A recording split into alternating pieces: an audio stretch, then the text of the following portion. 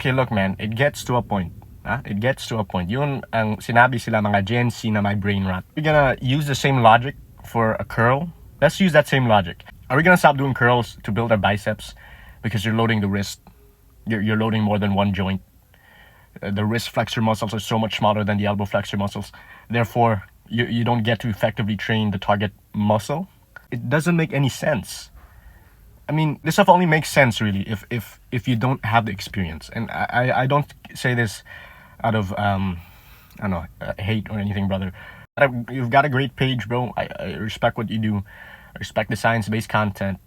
But I know it gets to a point at some point, all right? Anyone who has gotten decently strong at these basic exercises, these pulling exercises, pull-ups, rows, whatever, free weight stuff, the basic compounds, and any competent trainer as well knows that grip is never going to be a limiting factor on the pull-up.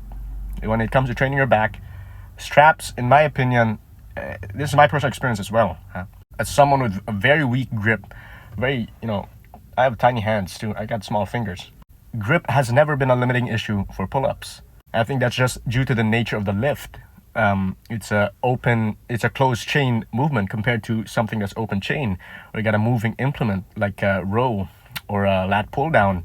Okay, those I agree, you would need to strap up if you want to effectively train the back. But it's so much more different with the pull-up. It's so much more different, and I can't really think of the way to explain it from a physics standpoint, exactly. So anyone who hasn't failed A-level physics, if you can explain it to me, go ahead, please. But yeah, it doesn't make sense to say that the forearms give out before the back just because the forearms are smaller. By that logic, we're gonna stop doing exercises that load more than one joint because they're ineffective. When they're not, man, they're not. And I'm not against science-based training. I'm not against this, whatever. I'm not against the methods. I'm not saying they're ineffective. I'm not saying doing single joint stuff and maximizing stability, motor unit recruitment, all those things are bad. I'm saying they're bad if you're parroting this to younger, impressionable kids who now think that, I need to do this hyper-specific optimization of every single movement. If I want to grow, I gotta do, fibers. I gotta worry about fiber-specific atrophy, fiber-specific hypertrophy, yada, yada, yada.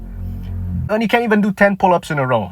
You weigh 120 pounds, you can barely do 10 pull-ups, and now you're thinking of how to optimize back training and do a Keenan pull down at home. I got this question from a follower, by the way. I got this exact question from a follower saying, I wanna, how do I do Keenan flaps at home? Because I wanna build my lats, I wanna train my lats, or maintain or whatever with the resistance band.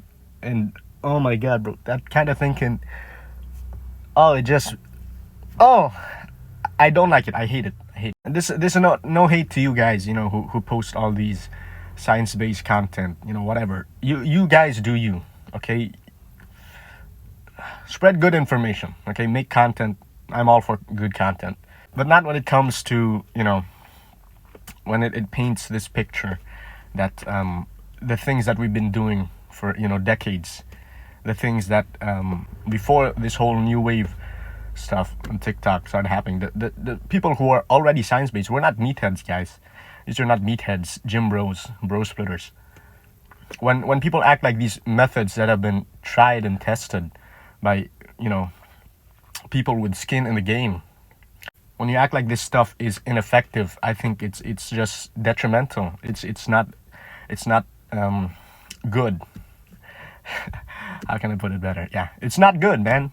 Especially when you're parroting it to a young, impressionable audience, I think we need a little bit more positivity.